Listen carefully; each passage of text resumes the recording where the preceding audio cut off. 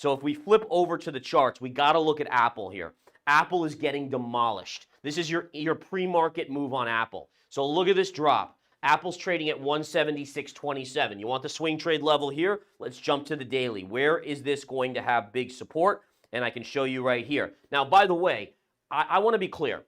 This is what drove me nuts, and I warned you. In these game plans, I'm giving you guys alpha you don't even know is alpha, right? We talked about how you had this crazy bounce on Apple. It almost got to the gap fill right there, but that vertical move was after they basically missed earnings, and their revenue is declining year over year. All right, now we know that China is now saying, hey, if you're in the government, you can't have an iPhone, so that's obviously driving it down, but price action should have never bounced. This was a momentum move of people chasing. To me, Apple's going to go ultimately lower. I think the best days are behind Apple. I know that might not be the popular narrative, but I'm just being flat honest. Look back at Microsoft in 2000. Look at how many years it had to kind of consolidate below those levels before finally breaking out. Cisco Systems. I mean, you could go on and on. But my point is this. All right, so we're trading at about 176, guys. This is this trend line right here, right? So right in here, you have a lot of good support just below 176. And in fact, if we look at the intraday chart, which I just showed you, we just touched that pre-market. We just touched 176 pre-market. So this is short-term support for today.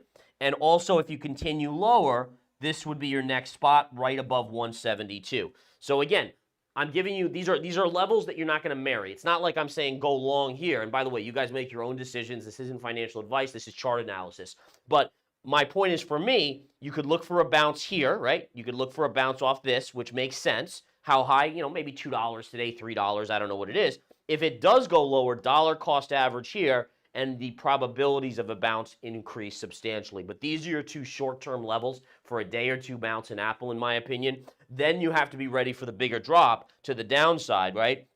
So on the next move, we have to say, and I do believe Apple's going to go lower, guys, all right? Ultimately, it's going to go lower. Doesn't mean we can't play it as a swing trade bounce, but ultimately, I think it's going to go lower. We obviously had some major trend lines up here, but eventually, and by the way, if you look at Apple, right, look at this point here, where it originally bottomed out, right there and right there, right? Perfect little pivot high. Now, where's your next big support level? I would say it's right in this range, right? So if we look here, you can see this area here, two major pivot highs. And again, I'm going to draw that as best as I can. It looks like it's around 152 or so on this chart. 150 is right in that range as well. 150 is an even number. I love my even numbers, so right in that vicinity. Now, again, this would be playing the bounce off the level that I gave over here at 176, 172. That would be like a day, maybe a day trade, maybe a swing trade that's maybe only a day or two. If you fell directly into this level, let's say in the next month,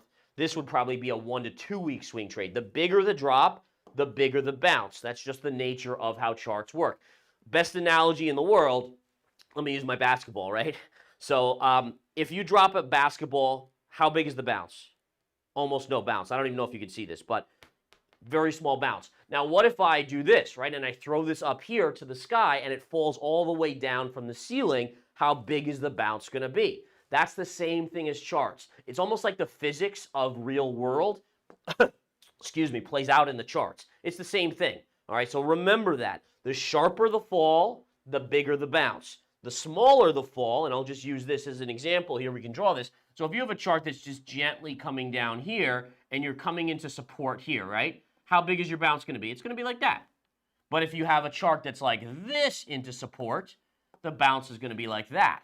So again, this is why in trading, whether I'm day trading or swing trading, I'm always saying to people, guys, don't even come to me with a chart that's barely moving. If it's barely moving, it means I'm going to have to sit in that chart for a longer period of time to maybe get a gain out. The longer you're in a trade, and this is from a day trader and swing trader, the longer you're in a trade, the more risk something goes wrong, right? Because again, if you hold a chart for, I don't know, 2 minutes, what's the risk that the Fed says something? What's the risk that China does something? What's the risk that, bad news comes out, essentially? And if you're holding it for 2 minutes, nothing. Now, if you tell me you're going to hold this for 2 months, what's the risk then? Well, you're going to have Fed decisions. You're going to have lots of overnight action in China. You're going to have lots of stuff going on politically, geopolitically, left and right. There's more risk. So in theory, the shorter you hold a stock, the better. Thus, I look for these moves. Now, is it dangerous? Well, if you don't know what you're doing, heck yeah. If you haven't taken the Winning Trader series, it's dangerous because you don't know how to pick multi-factor support levels to play, and then you're picking up a falling knife. You get cut. But if you know, this drop is what you're looking for. That's just the nature of the beast. Okay.